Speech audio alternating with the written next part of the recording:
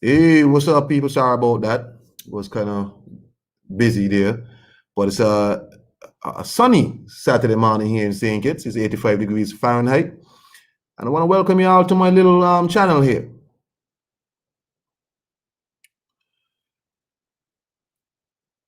What I really want to talk about today is not so much, I guess. I guess we get into the boxing and maybe MMA talk or whatever y'all want to talk about, but it's just some observation I've made from sports. And now we've seen fans come back to major sporting events. We've seen certain behaviors exhibited by fans in America. Let me start with America first. That are, well, that continue to be over the top, right? Every so often you've had fan interactions and fans have had to be ejected from stadiums and all this other stuff because of their irrational behaviors. They've become overly aggressive towards players and coaches. And for like a year or so, or like a whole season, the NBA had to play without fans. And now you have a situation where fans are back, and as soon as they come back, they show their ass. I just find it interesting that a year away from the game wouldn't give you more perspective on what is really important. When you have to come to a basketball game and you have to become, what's up, boxing god? And you have to become so belligerent that you end up throwing projectiles and spitting on players and hurling racist taunts at players. And some of these things are actually not new to sporting events in America, to sporting events in general.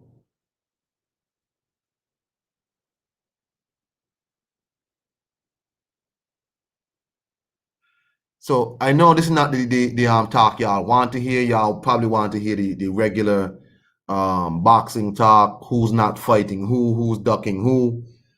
But I just thought I wanted to put my thoughts on,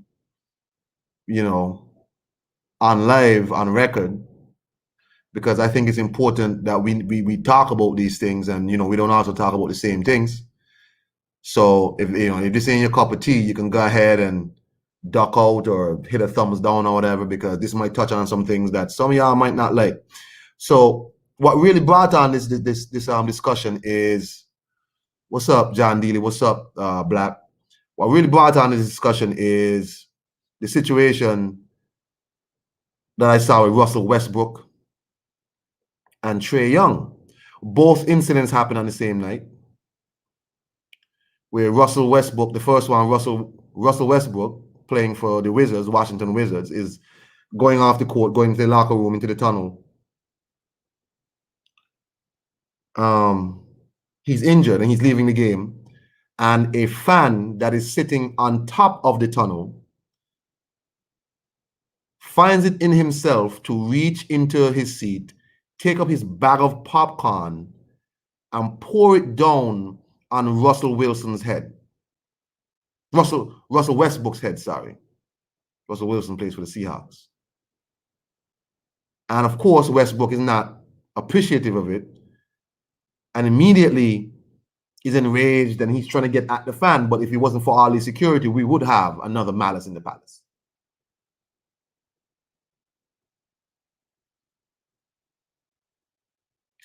For those who don't know, the malice in the palace was when I think it was the Pacers and the Pistons were playing, and somebody threw beer or something or Ron Artest, and all hell broke loose, and some fans got beat up by Steven Jackson, Artest. The second incident was Trae Young, who's giving the Knicks the business. And a fan apparently thought it necessary to spit on Trae Young. Mind you, it's not just he spit on Trey Young. Oh, that's bad. But you spit on him knowing we're also in the midst of a pandemic caused by a highly infectious disease, virus.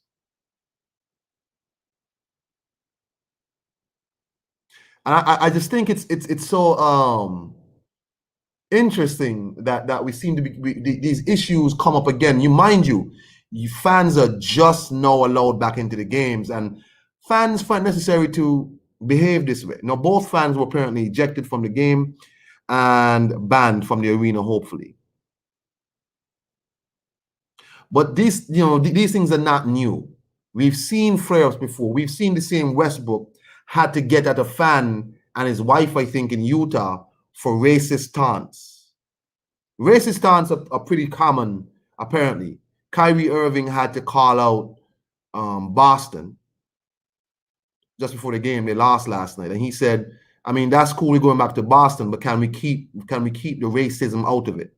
And of course, the Boston press was pissed. How could Kyrie Irving say this? Remember, Kyrie Irving was playing for Boston, and he left. But Kyrie Irving didn't say anything new.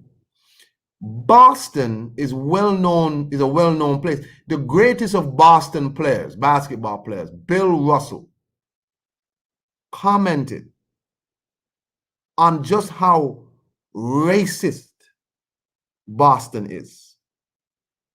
How someone broke into his house or apartment and violated this man's bedroom.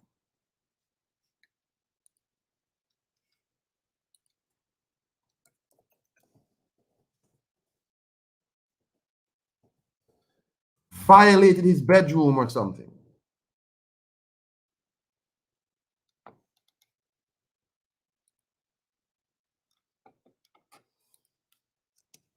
One second.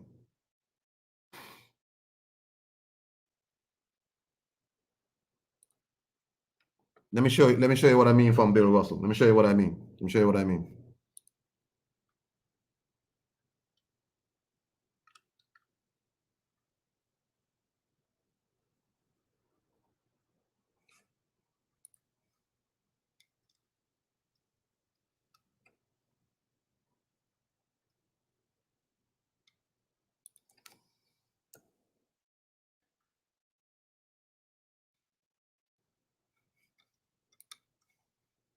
Let me share my link. If anybody wants to get on and have a conversation with me about the topic, we can have the conversation. But this is from Bill Russell talking about mind you, Bill Russell is the greatest of the Boston Celtics. Greatest of the greatest. So this is from Slam Online. And here it is. In the 1960s, I tried to move to Wilmington, Massachusetts, but nobody would sell me a house. So I moved my family to Reading, a predominantly white town 16 miles north of Boston. Bigots broke into the house, spray painted nigger on the walls, shit in our bed. Police cars followed me often. This is Bill Russell.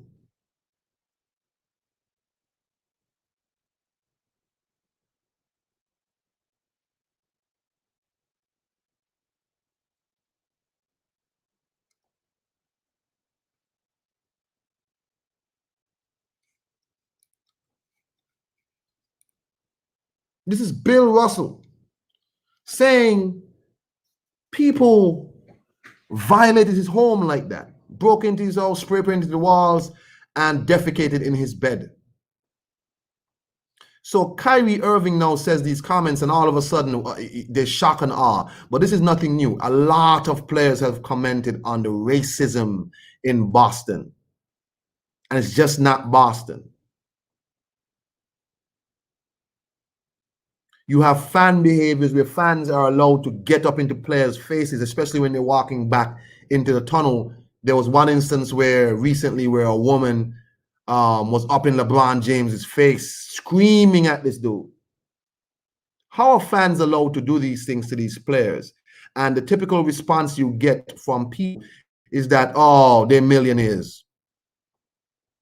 So is it that because I'm a millionaire, you're allowed to treat me how you want to treat me? You're dumping popcorn on my head? If you go to a zoo, you can't throw shit into a zoo enclosure.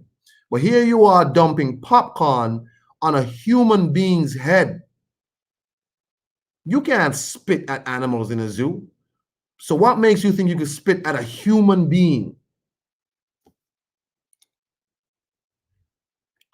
What's up, Black? Peace, King. What's going on? All good, all good. Hold on. Let me greet John Dealey. John. Hi, Kong. How you doing? I'm all right. John, Black. Any comments John, on what's the topic? deal, Dealy? What's good? You're right, Black. My comment is, you're making a great point, man. It's almost when you were talking, I was thinking like, I guess it's like the fans pay their ticket, and it's almost like their ticket is a pass to kind of just almost do whatever, and you're the millionaire ball player. Shut up and dribble, and you can't really retaliate because you get sued, charges pressed on against you and all of that. So it's kind of a fucked up situation for the players. They can get violated, all kind of shit, man. People can run from the stands and punch them and sucker punch them and run off, and they just got to deal with the shit. Come back and play on the same court probably next few days. So it's a trip.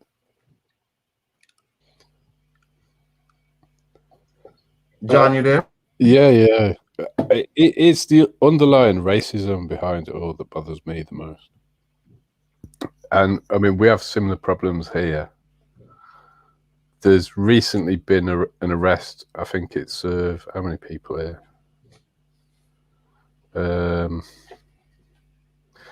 We've had 8 arrests because people were targeting the Tottenham Hotspur player racially online. Is this Rashford? No, that's a separate issue. This is a Tottenham one. Jesus. Rashford's been getting it as well. I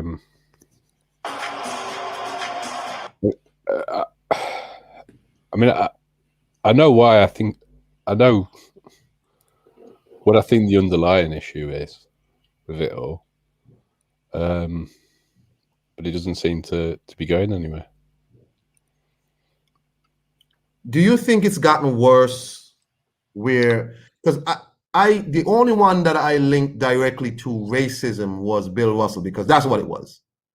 But I didn't want to link it directly to that yet. But it is strange how well the question I've got is how many white basketball players get subjected to this type of. Hold on. Well, I was gonna boil up to that, right? So, but it's something to where.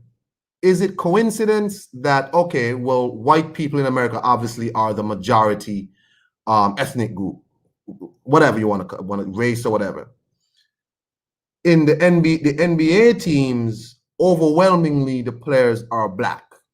So is it then just coincidence, or is it in fact these people feel like these black guys are making millions of dollars, and as such, I am allowed to speak to them how I want to speak to them and treat them how I want to treat them? And you make too much money to complain about it. Correct. Because that's what it always boils down to. You're a millionaire. You know, you're a millionaire. Why are you complaining? Right. I can't understand that mentality here. I mean, here, at least if you get caught, you get arrested.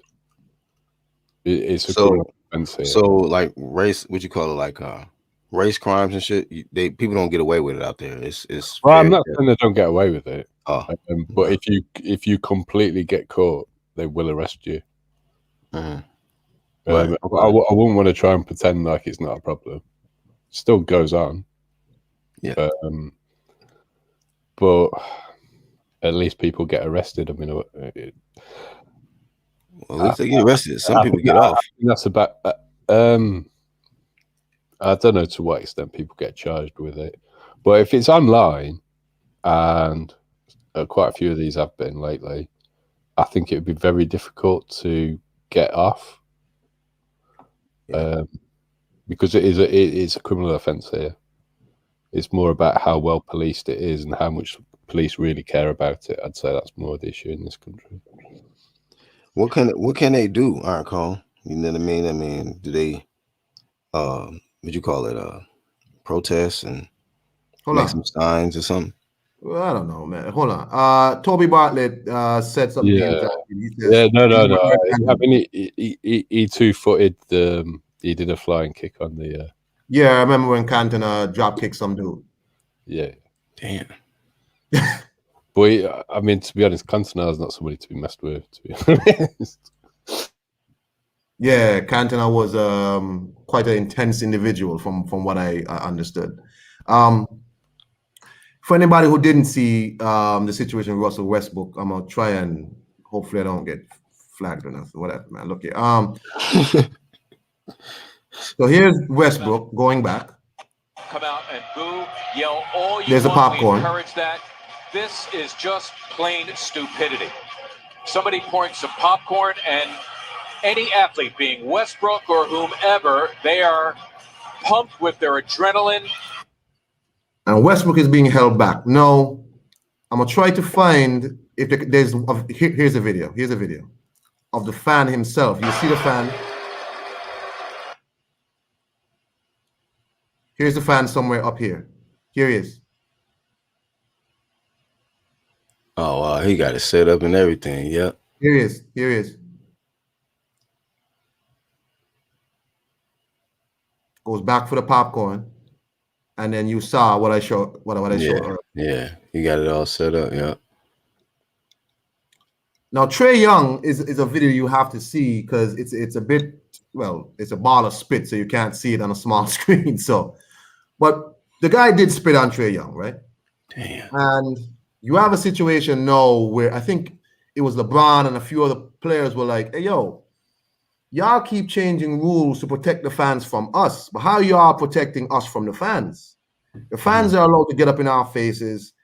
Westbrook just had a defamation lawsuit dropped against him by the same fans in Utah who were verbally abusing him. And Westbrook said it was racial assault. They sued Russell Westbrook for $100 million. Why? And Westbrook got the case dropped. The judge threw out the case and dismissed the case. This was recently. They put this is of his complaint though, that racial slurs were said against him, and right. they sued him. The fans said it was in fact defamation and sued Russell Westbrook. Oh, defamation. Yeah. And here it is. This is from Adrian Wojnarowski. Where is it? A Utah judge tossed out a $100 million suit against Russell Westbrook and the Utah Jazz, filed by two fans banned from Jazz games after taunts towards Westbrook in a March 2019 game. Per court documents, Shane Kiesel and Jennifer Huff claimed defamation and infliction of emotional distress. It's entitled white privilege in its best, isn't it? Really? Oh my God! How dare you? There you call me a racist after I've been racially abusing you. I mean, I just think it's interesting to see the dynamic here because there's a lot of different layers that we can go to, right? There's a racial aspect, there's an entitlement aspect, there's just you being a prick. I mean, there's a lot of different layers because but all of those layers are associated with racism, really. I mean, it's like your boundaries can be compromised, like just because you're an athlete, man. How many non-pricks are racist? Just out of interest. I mean, what? but are all pricks? Not all pricks are racist, no. But to be a racist, you have to be a prick. That's true. Right? It's part of it. That's true. And then I think the entitlement and the jealousy go along with it, because to put it in like a historical context, at the end of the Civil War in America, in New York, the Irish went out and lynched as many black people as they could find. Yes. And it's because they felt threatened, because the Irish in New York were the bottom level of people, and they felt threatened by somebody coming to take their position that's how they envisioned. So how are they the bottom level? Explain that. So the Irish were considered uneducated and only fit for menial jobs. So that's why they felt directly threatened by the freedmen and slaves. I'm not trying to justify what they did. So they felt the slaves were smarter, more intelligent than them. Or that they would just come and take their jobs. Hmm. For whatever reason.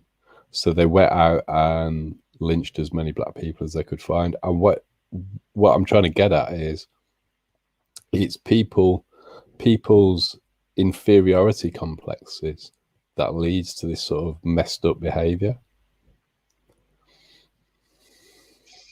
So what you're seeing here is Westbrook has had multiple run-ins with fans, multiple.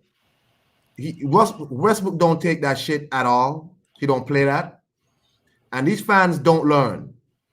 I'm gonna get to what John is saying in a second, but I just want to run this video while we talk. It's gonna be on mute. Yeah, all in his face and shit. Look at it. He told him, like, hey man, check that fan. Here's a fan on the court. What is he doing?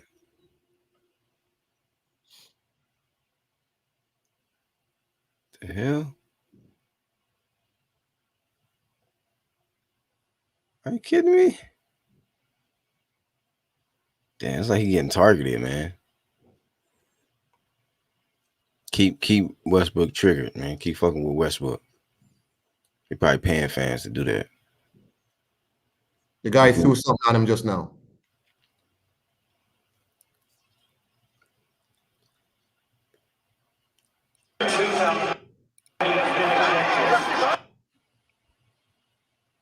Look at this fan.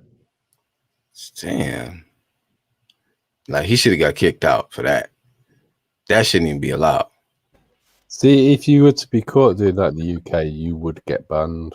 There's no way he should have still. He probably stayed that whole game, huh? Yeah. That's crazy, bro. Hell nah. I ain't never seen that before. I ain't never seen Westbrook have to go. Is that fan who's giving him the bird? Is he shouting racial abuse at the same time, or I don't know what he was shouting. Probably it could have been anything. He's in Philadelphia, and the hand gesture alone says everything. Yeah, I mean that's bad enough. But so to what John was saying about the whole Irish, whatever, right?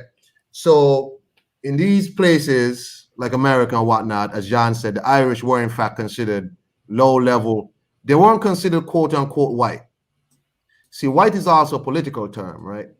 So, you know, people had to come over to America and like colonies like St. Kitts. And not everybody were considered white. So you couldn't be an Eastern European coming to St. Kitts, for example, or Portuguese, and you were considered white. Those people had to earn their whiteness by kind of overcompensating and trying to fit into the so-called Anglo-Saxon white society. The term's WASP, isn't it, Kong? White Right. Anglo-Saxon Protestant. So you had to be Catholic. So the Irish are Catholic. So it's a whole lot of layers to this thing. So you find like even like Vivian Richards, who played cricket. Black, you wouldn't know about Vivian Richards. So he said when they used to go to England to play cricket, they would have signs that said flat for rent, except to Irish and niggers.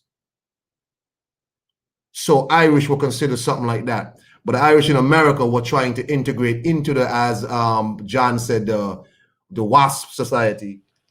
So they overcompensated and took out their aggressions on the blacks who might have been moving up after during this massive, black, you would know, the mass migration out to the south up into the north.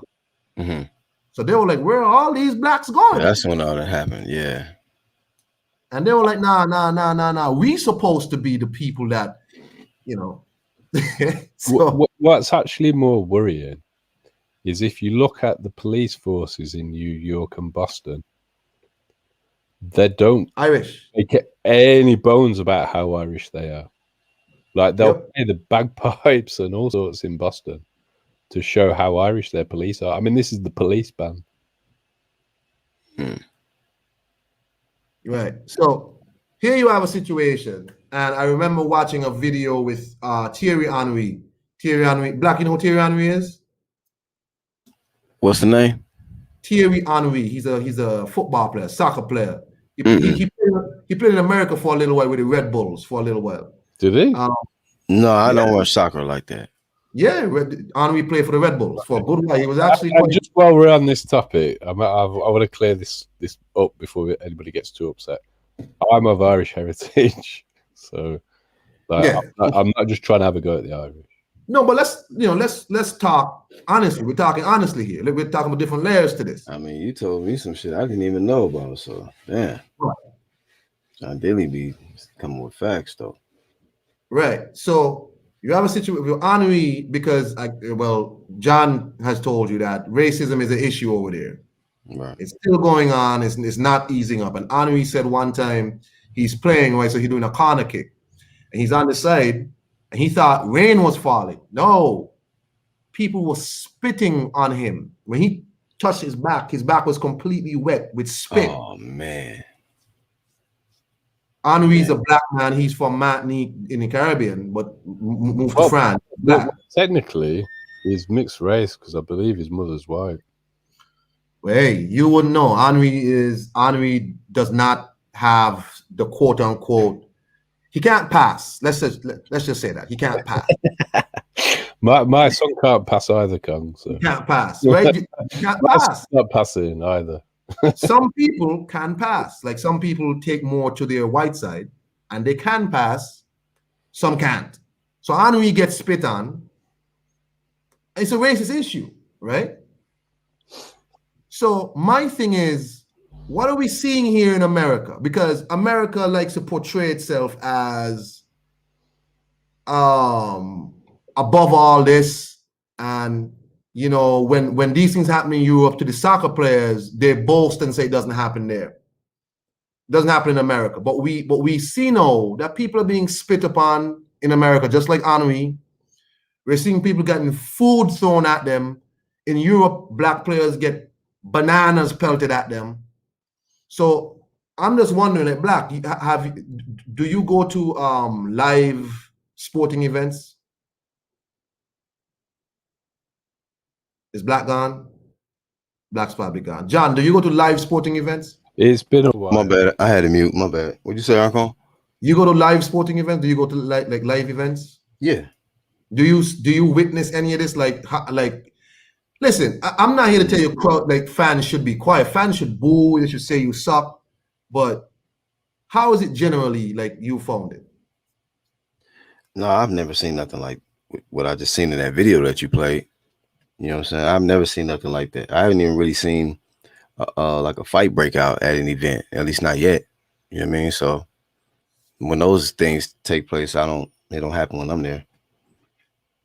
But you know, it just depends, I guess, on maybe the player. If it's Westbrook there, it seems like shit. They gonna make sure them certain fans show up.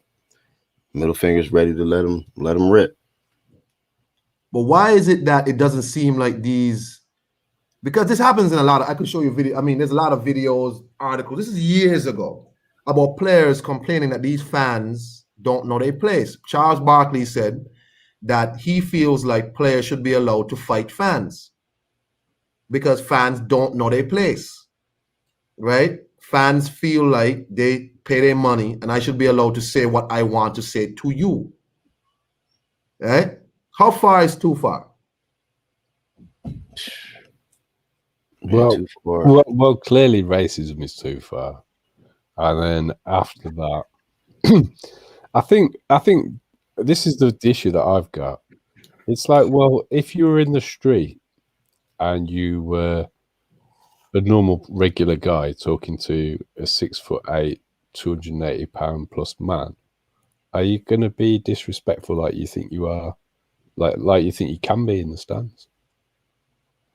Because I don't think many of those people would be as disrespectful if there wasn't all those levels of protection there. Yeah, I mean, yeah, that's my question is like, is there any, what kind of rules is it? You know what I mean? Is there certain boundaries that fans have when they go there? Hey, you can't go on the court, you can't do this, you can't say that. I don't ever, with all the events I've been to, I don't even remember know what the guidelines is. Just show up, you paid your ticket, you know, just don't have nothing, you know, weapons on you or nothing. But I don't know. That's crazy. Well, that's just what I wanted to talk about in terms of what I've been noticing in terms of these fans and how they're being disrespectful, and players keep crying out because after the Detroit situation where fans got their ass whooped, the NBA likes to impose a lot of restrictions. That remember when the Allen Iverson era, where guys were coming in their baggy sweats and all of that, and David Stern was like, "Nah, you got to come in a suit. You got to come in a suit. Look like you're out for business. You got to come in a suit." And they keep putting restrictions on players to make them more palatable for, let's face it, a generally conservative white audience, because they don't want to see these Negroes dressed up in gangster clothes, right? So you keep putting restrictions on players, like you can't go into the stands, you can't do this to fans, but we don't see the same restriction. Even, at least in the NFL, fans are pretty far back from the field. In the NFL, fans generally can't get, unless you're a streaker or something. You can't even. I don't think NFL players can hear fans really like that, like individual fans. I don't think so. You in soccer though, football though, fans are a lot. Well, from the stadiums I've seen, sometimes fans are right down on the field. It doesn't really matter, Kong, because so I had a season ticket at Aston Villa for 10 years. So fans will, I think it is about the where I sat, that particular stand, just that stand alone held about 15 to 20,000 people, and they would all sing the same songs. So distance doesn't really matter, if that makes sense, because you'd have 20,000 plus people singing a song. Or 20,000 plus people doing monkey chants. Yeah. I mean, I've witnessed that in Villa Park, and I went there for 10 years. But what I have witnessed, away fans singing racist songs when I was traveling away with Aston Villa. Oh, wow. So, but it wasn't really at any of the players. It was kind of worse.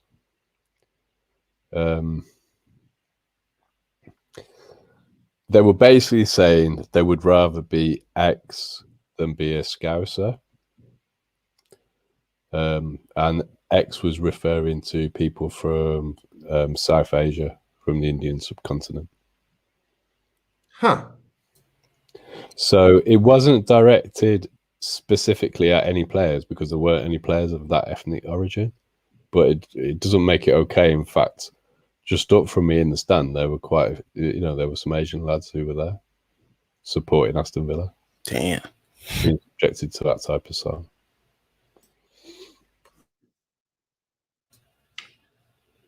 That's crazy. Nah, man.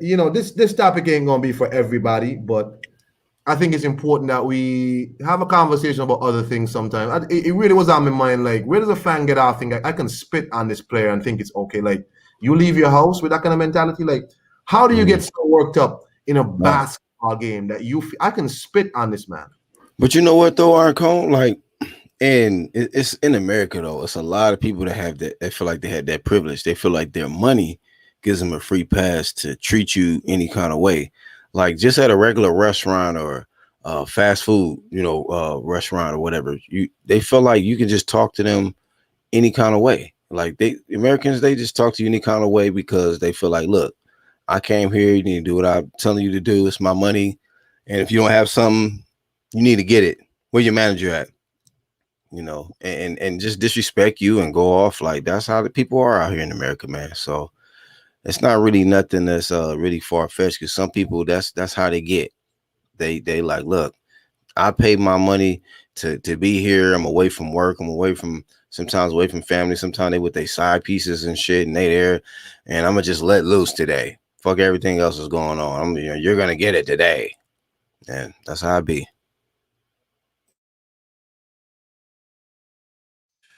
Well, I can't. Well, to that, I would say in terms of the retail part of it, being in a country that deals, majority in tourism, we've seen many instances of people come down here and sort of want to exercise a certain level of privilege. It doesn't end up going well a lot of the times, and I've seen multiple people get their ass whooped down here. Yeah. I'm glad to hear it, Kong. I hope not too many of them were British, but I'm sure some of them. That just really would it be sometime though. It'd be the ones that ain't never really got that good ass whooping that try doing stupid shit like that. Like if Westbrook really could have got a hold of whoever threw that popcorn, he would never throw popcorn again. Like, well, and what about people having a go at LeBron? I mean, how do they think that would end if it was real life? with LeBron, tall ass 6 foot. No, yeah, how much does he weigh? He must be about 260, isn't he? Man, I don't know his specific weight, but like LeBron James is the size of Karl Malone. Huh? Well, he's LeBron James is essentially Karl. Do you remember Karl Malone? Yeah. Hell yeah, Well, big LeBron country. James is about his size. Hell yeah, big country. Yeah, no, those are big guys. I'd be interested to see if anybody tried the sort of racism you were talking about on Bill Russell, on Wilt Chamberlain. See if anybody actually tried that type of nonsense on him. Well, I started off talking about Bill Russell's experience with it, where people broke into his house and defecated on his bed and sprayed nigger on the walls of his house. I don't think they did it when he was a full-grown adult, but probably because back in those days, you gotta remember these people had no fear. Well, I've got Sonny up here for a reason. Because that's Sonny Liston, isn't it? I put him up there for a reason because I think he's the most racially abused boxer in history, isn't he? Pretty much. Oh, word? I didn't know that. Damn. They used to write newspaper articles about him. He kind of personified what had white America scared at the beginning of the 60s and end of the 50s.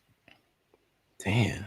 In America, I don't really hear nothing about that. Kennedy actually met with Floyd Patterson to tell Floyd that the country was relying on him to beat Sonny. Well, in fact, did he actually meet him to tell him to not fight Sonny? I think it might have been that extreme. What? Kennedy went to somebody's opponent? Documented. He actually had a meeting with Floyd Patterson to try and ensure that Sonny could never become heavyweight champion of the world. Damn. Wow. So he was the archetypical mean black man, big mean black guy, right? Yeah. Because Sonny was not a man to be trifled with. You couldn't, he was a pretty frightening guy, right? So yeah, just LeBron James is listed at 6'9", 250. Yeah. So I mean, how I'd be really interested to see how that fan would behave if they were just, walking down the street, passing each other. Well, so you're telling me these people feel safer in an arena? 100% on camera. 100%, yeah, because LeBron can't hit him, can he? Huh. Whereas if it's just in the street, and certainly if it wasn't LeBron, but it was a similar gentleman of a similar size and ethnic background, I'm sure he wouldn't be quite so brave. Well, I would say it is strange that I don't see typically black people doing these sorts of things to the players. I don't see it. I don't see black people like they will have to show me black. It always seems to be white guys doing this to black players. It's very strange, and I didn't want to link it to that, but I can't not see that there just always seems to be a white man assaulting a black player. But that's why I brought up the lynchings by the Irish in New York. I think they're using this as a forum for them to vent their frustrations with life and targeting out a black man. So basically, I'm not a successful white person, but I can afford this ticket. I see you a successful black man. I'm not happy with my life, and I'm going to find some way to use you as my punching bag. That's how it would appear to me, because if you respected yourself, why would you behave like that? That's interesting. And you know what too? What they do out here is like if they know somebody got like a trigger temper problem, like a Westbrook, they'll just keep picking at him. Like the more he keep reacting, the more they're gonna keep picking at him because they know they're gonna be able to get it out of him. You know what I'm saying? And I'm not saying that, you know, I'm not taking nothing away because, you know, it just ain't right. It shouldn't even be permitted. But I've seen other people though, they'll have like a tunnel vision. They get in the zone. I've seen people get cussed out and a rapist, Kobe Bryant, all kind of shit. And that motherfucker got into a goddamn zone and blocked all of them motherfuckers out to where they stopped fucking with him because y'all couldn't penetrate the Mamba. You know what I mean? So some people are more penetrable than others, you know.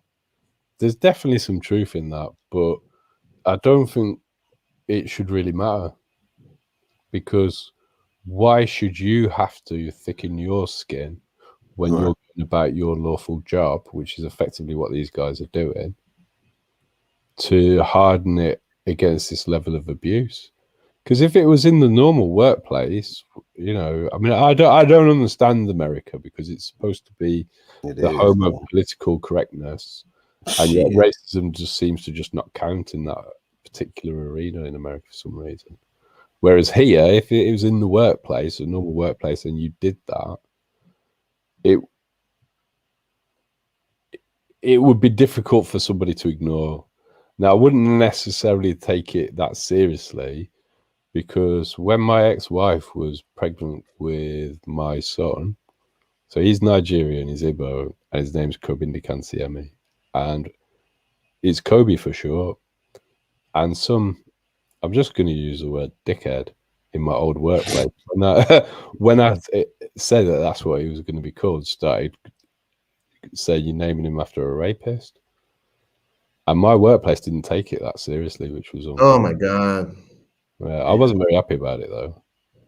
But unfortunately, that workplace was pretty racist, and so despite them knowing I had mixed race children, what they didn't know was my cousins are actually mixed race Asian. So they thought it was okay to be racist against Asian people in front of me.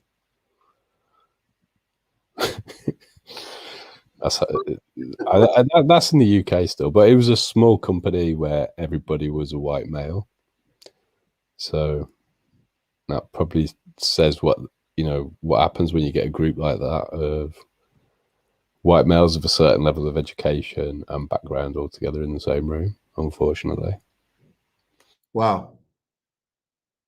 It's interesting you say that, because, you know, I remember talking to a friend of mine down here. His name is Paul. His parents are from, in fact, England. He's white. Both his parents are white. And me and him go back and forth on like historical debates all the time. And he has, of course, he went to school here, so his wife now is a black girl, of course, and they have a son. And of course, his son can't pass, right? Matter of fact, his son is darker than me. You know what I'm saying? You are quite fair though, Kung. I mean, I'd say my son's a similar complexion to you. Exactly. And I have 19 to 20% white in me. But there are people with 50% who are darker than me. And I told him, there's certain things when your son leaves St. Kitts, there's certain things he's going to have to deal with that you will never have to deal with, even though he is, in fact, half of you. Because his whole thing was that, oh, no, he's mixed race, he's whatever. I say, fine, mixed race to you. But you see that skin color he has? He can't pass for you. Right? So you gonna need to speak to him. I don't know. He kind of lives in this world where Is he not addressing this? Because for me, right, I don't know how much you know about Birmingham, but it is None. one of the more multicultural cities in the UK. It's actually one of the most diverse places in the UK. So I've always grown up with a full range of people. Hence my cousins are mixed race. Yes. And I was, when I was 16, I had a friend who was mixed race and his father was white, which is a less usual situation in Birmingham at the time when I was a teenager, which is a long time ago now. And I can remember him having a lot of issues and being quite angry at his dad. So when I became the father of a mixed race son, I was pretty pleased that he has got 3 Nigerian uncles who are positive role models that he can turn to as well. Right. Because, like you say, there's going to be things that he experiences that I can intellectualize, but I haven't got any experience of. Right. So, but his father lives here, right? His father went to school here and everything. He's younger than me, right? But I told him, you live on an island. You live in a bubble. You this is a bubble. How your son looks is the norm, right? But you gonna have to deal with certain things. You know what I'm saying? Like his son is good in sports. His son wants to play sports, and this is the topic of today.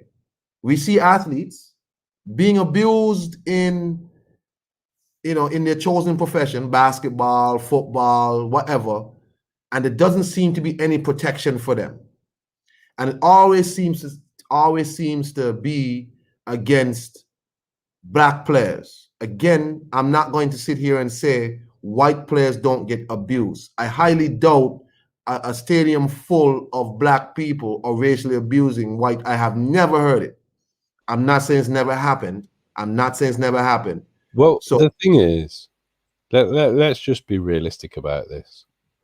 When does a team of white athletes go to an arena that is populated by black patrons? I don't know. I can't say. I mean, one of the most likely places is probably actually cricket teams traveling to the West Indies. Yes. Now, I've never actually heard of a situation where players have complained about that in the West Indies. Right. Most times, well, all the time, the people in here just very pleased to have them. They always comment on how pleasant the place is, the people treat them so nice. But I mean, kids, if it was going to be anywhere, I would expect there to be a hostile reaction in Jamaica over St. Kitts, but I still don't think that's ever happened. It doesn't happen. No, but we have stories of the West Indian players going to Australia and England and other places where they're subjected to certain comments from the crowd. But it doesn't happen when they come here. Who's the... I can never remember his surname. He's now commentator for cricket on Sky. Holding. Yes. He's been quite open about the level of racial abuse he received in the UK. Has he? I'm pretty certain he has, yeah. As a player, I think whether he's had it in as a commentator on Sky, I think he's chosen not to address it because he's still got the job. Well, I do remember him coming out. He had a very tearful discussion about the whole racism thing. There's a cricket documentary called Fire in Babylon, where talking about the West Indies teams of the 70s and 80s and so, and they talk about their experiences traveling to these places, and even certain comments players would make about them, right? So there's always seems to be that. And the discussion today, I think I really want to talk about it because I just find it so strange that there doesn't seem to be any protection for players on a court, on a pitch, on a field, where fans feel like, who leaves their house Is it that when you get to the arena, the mob mentality gets to you where you just get hyped and say, look, you I can't think play this sport. there's also an element of sport and attendance at sporting venues for a significant percentage of the people that go to these events. They are working class white people, and they see it as a way of venting their frustrations after a week of work. And unfortunately, they seem to think that they can target people of a different ethnicity to vent those frustrations on them, which is clearly, you know, a racist attitude, there isn't it? I'm not trying to use a euphemism. I'm just trying to keep it polite language for the viewers that come. Hey man, you could say what you want to say on here, man. I don't have nothing monetized on here. Who cares about my channel? Well, I still don't think you have to lower the tone when you're talking about these things. Unfortunately, these white groups of white people, because that's who it is. I mean, there's no point trying to pretend like it's something else. They have inferiority complexes, and they take it out on people who they see as being beneath them because they're racist. I mean, it's that simple. That's interesting. That's interesting. But that's just the conversation I wanted to have today. I'll probably do it another time again, more deeper. It's just this morning I really wanted to just just touch on it, but I will do something more in depth some other time when I can get my sources together and video clips together and all this other stuff. You know, about this whole topic of fans abusing players, the causes of it. You know, is it just strictly racist? Is it nationalist? Is it, even though sometimes racism and nationalism go together? I think they're cousins all along, Con. I mean, the way that I look at racism is as animals, which is obviously what we are. Yes. Our greatest competition is our own kind. So you feel threatened and aggressive towards your competition on an animalistic level. And obviously, being beings who get most of our information visually, this is why there's these color divides, as far as I can tell. But I mean, by the same token, that puts racism in the same category as murder and rape, because at an animalistic level, those are things that animals would do and have no compunction to. And if we want to be civilized, these are the things that we choose not to do. I see. I see. Well, thank you, John, for engaging me in this conversation. A bit heavy on my Saturday morning. Why you make me talk about this on my Saturday? I didn't make you talk about anything. You came on. You come on here and you got me talking about, this is an 86-degree day here in St. Kitts, and you got me talking about race issues. Well, look, let's take some positives out of it, Iron Con. I'm a white man, and you're certainly perceived as a black man. And we're having a sensible, logical conversation about it, ideally in the hope that we can contribute to it becoming a thing of the past. So that's got to be a good thing. Yeah, I guess. I mean, I'm not optimistic it's going to happen over anytime soon, but it's, you know, change has got to start somewhere, hasn't it? Yeah, I guess. What else is going on in boxing, John? Y'all have people all of a sudden making Alexander Usyk this boogeyman that Anthony. I think the fight's going to get announced on Monday. What's up with y'all, man? Now, all of a sudden, I'm seeing, well, now we're on to boxing talk, okay? We're on to boxing talk now. And interestingly, I don't see these fans show up to boxing shows getting into boxers' faces. Most interesting. Although I think it is a bit more subtle, they go to safe spaces to do it to boxers. Oh, so they don't go to the actual fight and lean over the stand. No. So they don't throw popcorn on Deontay Wilder. They don't throw popcorn on Anthony Joshua. Well, have you witnessed when when Hagler beat Alan Minter? No. Okay, well, it used to happen here. It used to happen here. Oh my God, y'all are fearless, man. Anyway, why are people trying to make Alexander Usyk this boogeyman, John? What? They just hate AJ for whatever reason. Big Femi brings this out in people, and I think he touches people's insecurities in every way possible.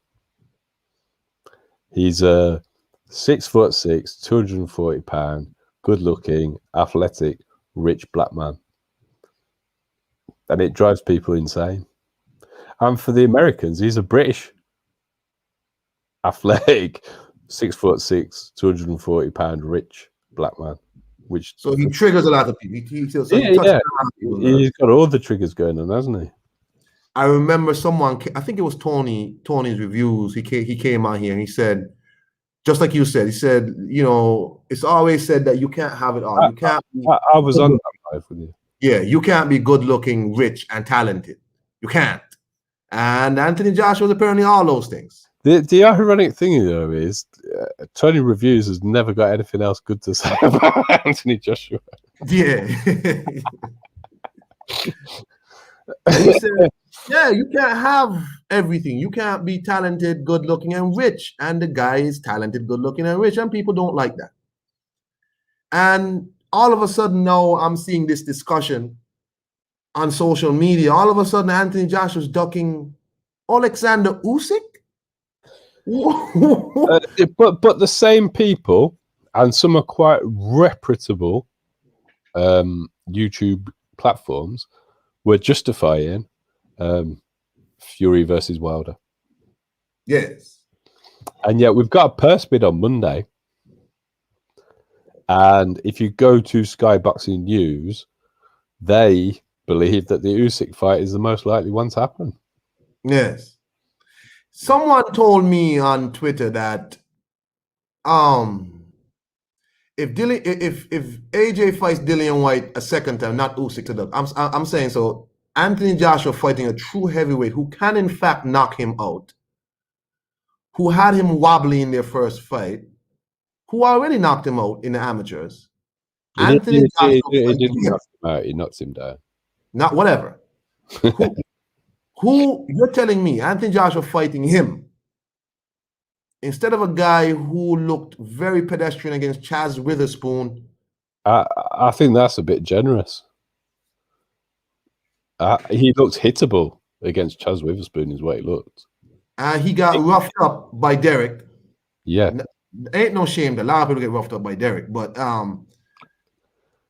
he looked very pedestrian against these. He looked very average. He doesn't look like he belongs. To his credit, he looked more effective against Derek than Joseph Parker did. Oh my God. Don't even go there. I just wanted to put that dig in there. Ooh. But to your point, this is what I want these people to explain to me, and I've been maintaining this for some time. When has Usyk fought somebody who has a 4-inch reach advantage over them? Because he can do all this footwork that he wants, but he can't touch Anthony Joshua unless he comes inside Anthony Joshua's mid-range, where Anthony is the most devastating. So how exactly is this going to go? I mean, what do they think that Anthony Joshua needs to chase Alexander Usyk? Because he can touch Usyk when he's 4 inches away from where Usyk can touch him. Well, I mean, not 4, it'll be 2, but you know what I mean.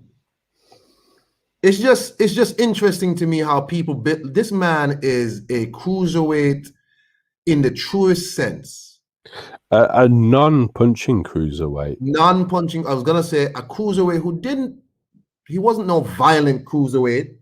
He wasn't no violent guy in the cruiserweight division where he's not Lawrence Okoli. Where Lawrence Okoli is not going to be no slickster in the cruiserweight division. Lawrence Okoli is in fact going to be a violent individual in the cruiserweight. They're not training Lawrence Okoli to be no guy who's gonna slip and move and all this shit. You're training him to set up a knockout. Usyk, on the other hand, has been trained to win by volume, build up points on you, and all this. He's come to the heavyweight division. He's had to put on more weight. I think people like Usyk probably have a lot of mileage on them from all the amateur fight. I don't know his career, but amateur fighters usually from that part of the world have fought a lot of amateur fights, and their bodies. He did fight a lot of amateur fights and turned. And their bodies are already breaking down. Their bodies are, they're old. Like, he's only 33. There's a huge amount of support for that, because look how long it took between the Tony Bellew fight and the Chaz Witherspoon fight. Yes. And the reason for that delay was repetitive injury. I think it was a bicep injury. Yes. So, and his level of activity since turning heavyweight, I mean, he's been pretty low. And the pictures of him at 230 pounds are not very ripped. Now, I know people that think he's going to lose some weight going into the Joshua fight, but that's going to be detrimental to him anyway. There's no benefit in going into camp to lose weight. You're saying Usyk wants to lose weight to fight I don't know what he's going to do, but he looks like a fat 230 pounds to me. I mean, my standards of fat are probably a bit skewed, but for a professional athlete, he is certainly carrying a significant higher percentage of body fat than, say, Anthony Joshua.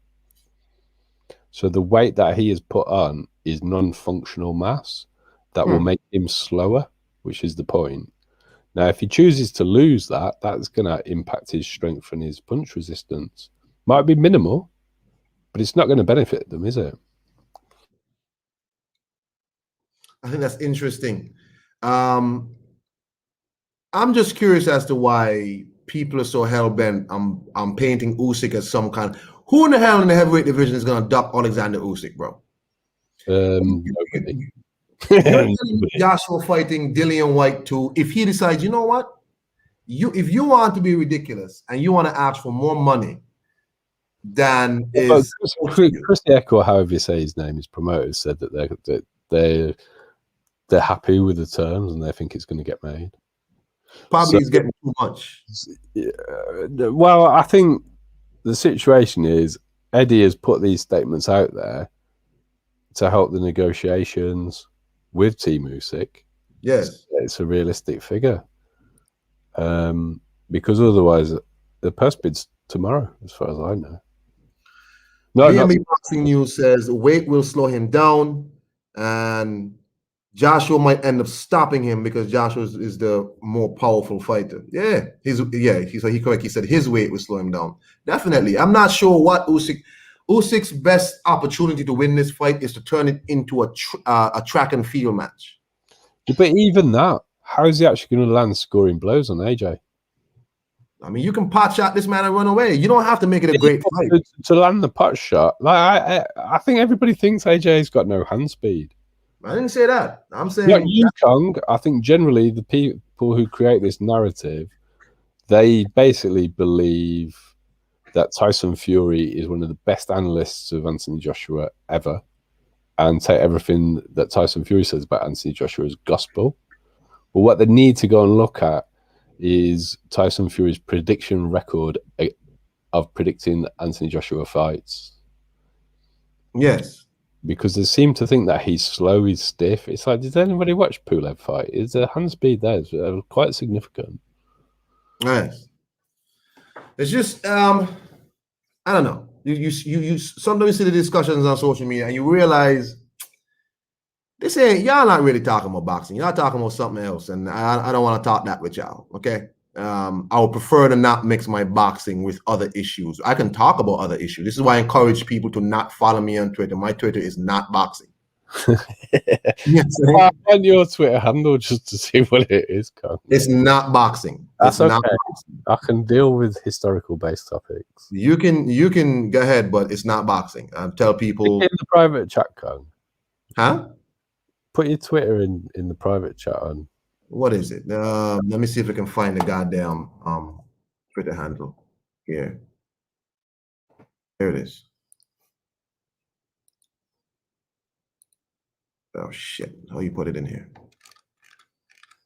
There it is. Okay. So I think it should be, if you try and follow that, you should find me. Okay. My name there should be that. Okay. But I think I've made it pretty obvious my leanings when it comes to the ideas of race and politics. So I don't worry about it. I just tell people, don't follow me for boxing. That's not what you want. So, you know, the conversation I was having earlier was really the main conversation about why is it that these fans feel that they can treat players how they want to treat them. As I said earlier, you can't throw a goddamn peanut in an enclosure in a zoo, but you can dump a bag of popcorn on a player's head. You can spit on a player and think that's okay. But it's interesting that I don't see, I'm not seeing black people doing this. BNB Boxing News, you're an American. Can you tell me what the hell is going on? Why are these fans feeling so safe, verbally abusing and in a way physically abusing 6'9", 200-pound men at a sports event? How are you so safe? Is it because there's enough, the security is really there to protect the fans from the players then, not the fans, not the players from the fans? So I need explanations. Lisa Bales, Kat, all these people, before I get off, explain to me quickly, why are the fans protected from the players, but the players are not protected from the fans?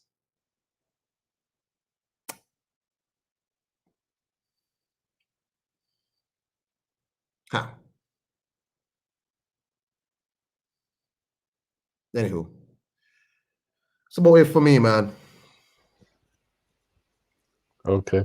Well, thanks so John, much, Kang. you had anything else to add? It's just an unfortunate situation that we don't seem to have moved on. We've been, certainly in the UK, there's been an effort to address these issues for about 30 years, but we don't seem to be succeeding for whatever reason. I can't really speak about America. Lewis Hamilton got a lot of backlash from people like is it Bernie Ecclestone for his stance on the whole racial issues. And I'm not really a Formula One fan, to be honest, so I don't really know what happened. Well, Bernie Ecclestone was quite annoyed that Lewis Hamilton seemed to be leading the charge in terms of getting the discussion going on the whole Black Lives Matter, the whole racial injustices and whatnot. He's of the opinion that in Formula One, I think he might be the only black guy in Formula One. I think historically he's the only, like he's the only ever. Not even current, only ever. Yeah, that is wow. So he's talking about, like, you know, we need to get more diversity into Formula One, and they're not having it. And people are trying, they tried to, you know, verbally abuse him, but the more you verbally abuse him, he keeps winning, right? So they have to leave him alone, right? Because it's not like they can distract him. He has the best car and he's probably the best driver. He just keeps winning. So the more they talk, he'll just keep talking and keep winning. BNB Boxing, BN Boxing News says they feel they can get away with it because of their white privilege. Yeah, that's what John Dealey said. Yeah, but on top of that, it would seem that the motivation for doing it is that they are they feel inferior and frustrated, because why else would they do it? As well as obviously being racist. They feel inferior. Somebody has to explain to me, because I have never, in all my life, going to any sporting events, large or small. I was at the World Cup when it was here. I was at all sorts of things. So World Cup cricket, by the way, not World Cup football. Cricket. I was here, and I ain't heard not one person say nothing mean. We just glad to have people here on this little island. We just glad. Is it that, especially for players coming from the continent or players who are from different backgrounds coming to those countries, like, oh, you're in my country now, I'm paying your salary, because that's usually the typical response. We pay your salary, we pay your multi-million-dollar lifestyle, and because I pay your salary or my ticket money goes towards funding you, I should be able to do this to you. I remember someone recently, Dan Lebetard, he made, huh? Well, here, it's usually the opposing fans that do it. So, as an example, if Rashford is getting racially abused, it's probably not Manchester United fans that do it. However, Manchester United fans may well have racially abused players of other teams who are black, basically. So basically, Man U fans would say, I'm not going to abuse my Negro, but I'll abuse your Negro. Effectively, yeah. I mean, I wouldn't necessarily say Manchester United are a particularly racist club. No. I'm just saying, as a hypothetical example. That's the example. That's the that's the placeholder name. Man U, whatever. It could be anywhere. Well, we were talking about Marcus Rashford, so that's why it came up. Because what happened with Rashford? What happened with Rashford? Oh, I've not even looked. I guess it gets too depressing. I don't tend to follow the news, generally. So when I saw your topic, I had a quick scout of what situation was in the UK, and but you see, Rashford also uses his situation to try and promote awareness of different problems, not just race. So I'm not too sure whether he's actually just coming out to talk about the issues to try and shed light on the situation, or whether there's been a specific case recently. Whereas the one I was quoting was actually 8 Tottenham. I think it's 8 Tottenham fans getting arrested. But I might have that wrong, and it might have been 8 fans who were at a match opposing Tottenham who got arrested. Jeez. I don't know, man. But at least they got arrested. I mean, whether they get prosecuted, I don't know. But it's better than them not being arrested. It's about as far as I can go with it. Yeah, I hear you. But yeah, man, I'm gonna wind this down, man. It's been an hour and something. I don't do no long stream, so y'all know that already. But we got Devin Haney versus George Linares coming up today. I'm really hoping Haney wins in spectacular fashion to put pressure on Lopez, because Lopez and Cena have got a heck of a lot of reasons of why they don't need to fight him, and I'm sick of listening to that nonsense. Just fight him already. Yeah. Teofimo Lopez is the only person I've ever seen have to go to social media to ask, to ask sanctioning bodies, why aren't you respecting me as undisputed? Because you're not undisputed. You understand? Well, Haney could have beaten Lomachenko first, but because Lomachenko chose not to defend his belt against his mandatory, that's why Devin Haney has the belt, because he wasn't afforded the opportunity to fight for it. So to right that wrong, Teofimo needs to take care of business. Careful, John. I had to do like a 2-hour stream the other day and about this topic. Yeah, you were on the stream. I was on it.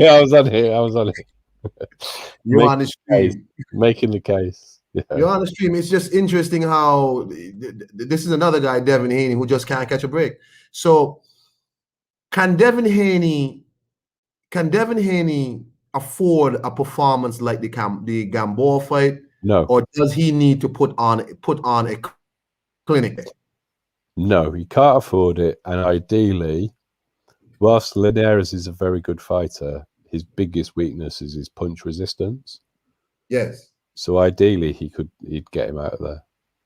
I don't know. I'm not predicting that he will, but I'm hoping that he does. I was talking the other day about boxers. Like, there's different type of boxers, right? So you can be a boxer who's really boring and nobody cares about. But you can be a boxer and be really exciting with it, right? Where you can win decisions that people love watching, right? So you can be a boxer who cuts people up, might knock people. You might not be a knockout puncher, but you can be a guy who people like watching. And you're entertaining. Taylor's a bit like that. I mean, he's not the most concussive of punchers, but he's entertaining. Right. And then you have boxers who people don't care, like people like Lara. I don't care about Erislandy Lara. He can box, but I don't care about Erislandy Lara. And that's just me. I've never watched Erislandy Lara highlight. Billy Joe Saunders fits into that category for me as Right. well. Billy Joe, like when they were talking about why aren't they playing Billy Joe Saunders clips? I'm like, there is no Billy Joe Saunders highlight in existence. They keep playing the one David Lemieux, look out the ring. Even that, I mean, it's a bit repetitive. It's not like you're going to be on the edge of your seat, are you? No. And let's have it right. Besides one fight, Tyson Fury fits into that category as well. That's correct. That's correct. That's correct. I'd like to know how many of these Fury fans, you know, when they're bored, go off and watch Fury versus Klitschko. Let's face it. When Fury was going to fight Wilder the first time, the only highlights that were available were Wilder highlights. That's it. 100% true. That's it. That's it. It's like with Canelo and Billy Joe Saunders, the only highlights available, Canelo highlights. So Devin Haney being boxing news. Fury versus Vlad, no highlights. No highlights. No, I don't care what nobody says. You have not watched that fight twice. I actually have. Why? What's the purpose? It was a struggle. I wanted to rescore it because I've heard so many Fury fans go on and on and on and on about it. I wanted to actually analyze it, but I didn't enjoy it. It was an intellectual exercise. BM Boxing News says Devin Haney needs a spectacular fight. I tend to agree. I don't think he can have no regular run-in-the-mill performance today. I think if he doesn't knock out George Linares, he needs to show the world that, yo, I'm on a completely different level to George Linares. Drop him a couple times in the fight, even if you don't stop him. You know, you need to show that it's like with Andrade, right? Andrade is not a knockout puncher per se, but Andrade needs to start showing that these people that y'all want me to fight who are not the champions, these people are not on my level. And I'm going to school these people. But he tends to let people back in fights for no reason and tends to, I don't know, like in the middle rounds, just kind of take rounds off. I don't know. I think his issue is, so there's a difference between a knockout artist and a puncher. And he's not a knockout artist, so he can actually hit hard enough to put somebody down. Yes. But to strategize on how to set up a knockout, that isn't something that he seems to be able to do. You think Devin Haney is a puncher? We've seen him knock people out. No, not really. I'm hoping he can develop into one. You think maybe as he grows into himself? It's possible, but rather than worry about that, what I would recommend he do is study someone like Archie Moore, who would look at how to set up the knockout, because timing and accuracy are just as effective at getting rid of somebody as just power.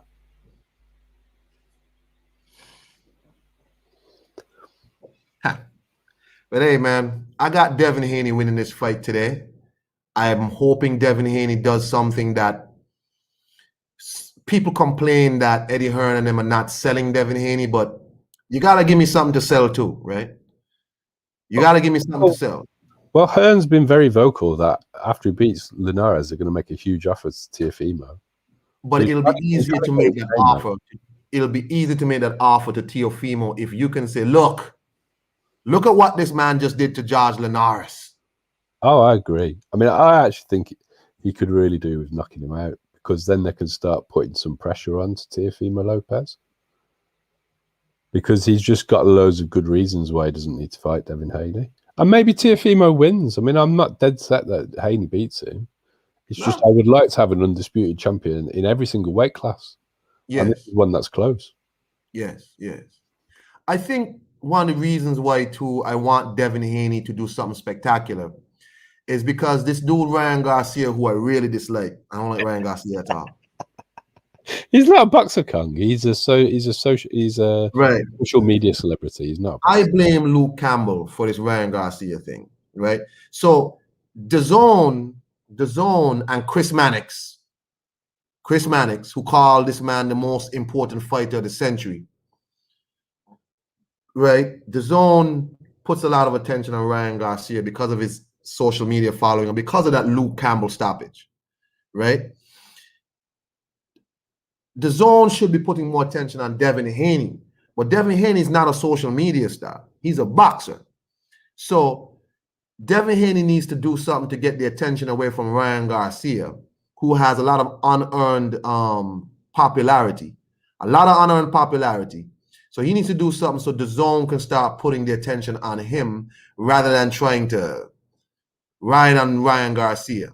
Even though we understand Oscar De La Hoya wants to leave DAZN with. Well, ideally, what they would do is sever ties with Golden Boy and Chris Mannix, and they can go to where they belong, to Triller, which is not really a boxing platform.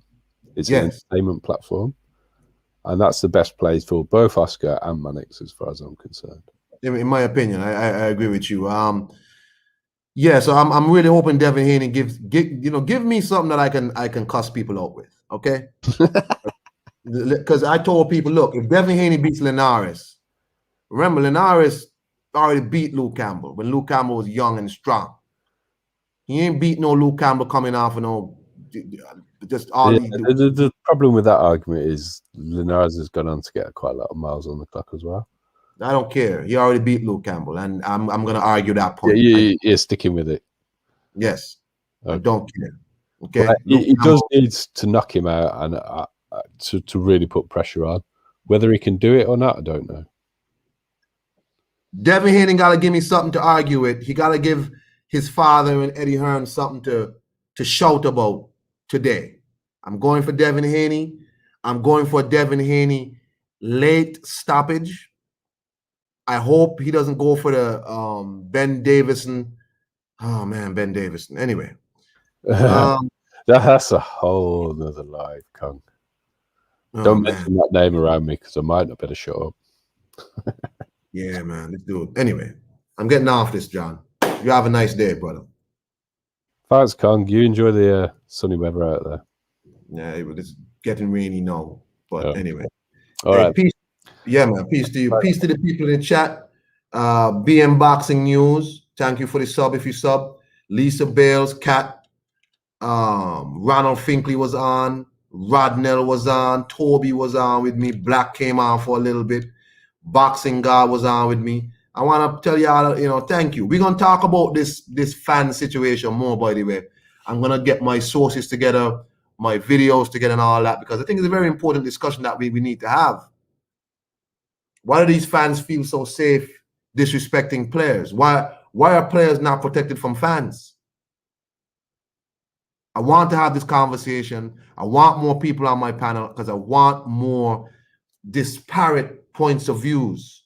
You heard John Dealey just now, a white man from Birmingham. You had Black on from Texas, I think, back from Texas, right? I want more diverse commentary on this topic, right? Because again, I don't see these fans trying to run up on boxers. I don't see these fans showing up to Deontay Wilder fights. Even though when Deontay Wilder went to Ireland, they threw beer on the man. And Billy Joe Saunders threw chicken at him. Oh, my God. I wish Wilder had caught Billy Joe Saunders. Anyway, man. Y'all have a nice day. Lisa Bales. How could I forget my Ayaba Lisa Bales? Come on with me. Sorry about that, Queen. Sorry about that. I want to thank y'all. I want y'all to have a good day. All right? Peace.